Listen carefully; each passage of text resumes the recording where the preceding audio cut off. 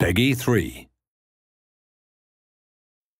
This was a fantastic experience today, being in the mocap suit, and it's incredible how when I look back at it on video, you know, me as a stick man without all my features, I can really recognise my golf swing as my own, you know. And I was obviously told to hit draws and fades today, and although the differences are, you know, somewhat subtle, I can totally see that that's a draw pattern, that's a fade pattern. So obviously for the user to be playing a game and trying to shape shots, it's fantastic to have the ability to actually change the shape of the swing. In your practice, that's when you do all your experimentation and you're messing around, and that's what I love about the game, is that I find as much joy off the golf course when I'm just practicing at home on my own than I do when I'm competing in big tournaments. And some of the crazy shots I love to do involve being around the green.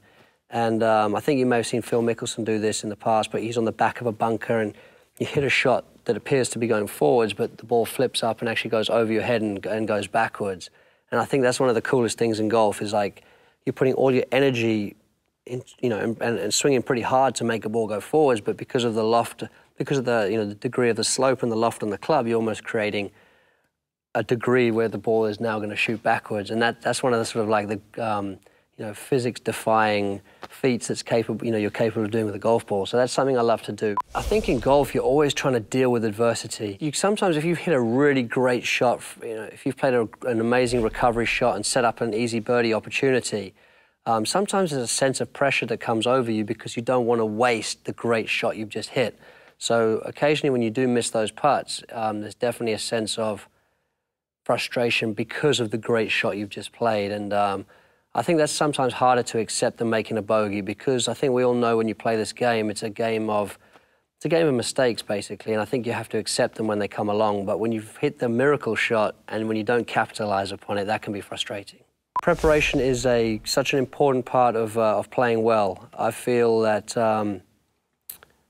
it's important to give yourself enough time. Whenever I feel I get rushed, whenever I add too much to my schedule during a tournament week or prior to a tournament week, things never seem to work out very well. So for me, it's to feel relaxed, it's to feel like everything is running at a good pace, and whenever I get rushed, things don't work out. So for me, time management is the key to my preparation. Standing in front of a huge crowd is something that's very, very hard to do for the first time. I remember at the Walker Cup, 1997, I was playing in New York. I was a young amateur, 17 years of age at the time, and there must have been maybe, I don't know, it felt like thousands and thousands, but the reality was probably 1,000 people around the tee, and that was the most nervous I've ever been. You know, I could hardly get the tee peg in the ground, put the ball on the top, and I hit a horrible cut out of bounds. You know, so it is a very, very difficult thing to do, but it becomes part of the job, and it becomes you get to the point where you actually stop noticing it. And almost the bigger the crowd, the easier it becomes, because it becomes just a wall of colour.